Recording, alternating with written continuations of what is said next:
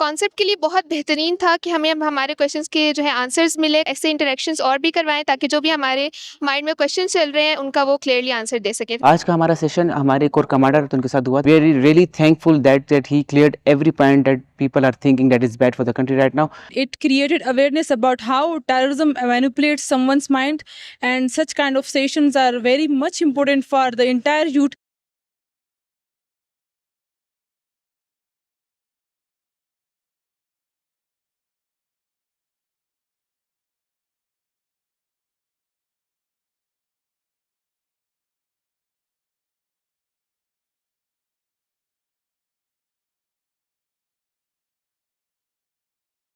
Concept के लिए बहुत बेहतरीन था कि हमें अब हमारे क्वेश्चंस के जो है आंसर्स मिले। ऐसे इंटरेक्शंस और भी करवाएँ ताकि जो भी हमारे माइंड में क्वेश्चंस चल रहे हैं उनका वो क्लियरली आंसर दे सकें। आज का हमारा सेशन हमारे कोर कमांडर उनके साथ हुआ। We are really thankful that he cleared every point that people are thinking that is bad for the country right now.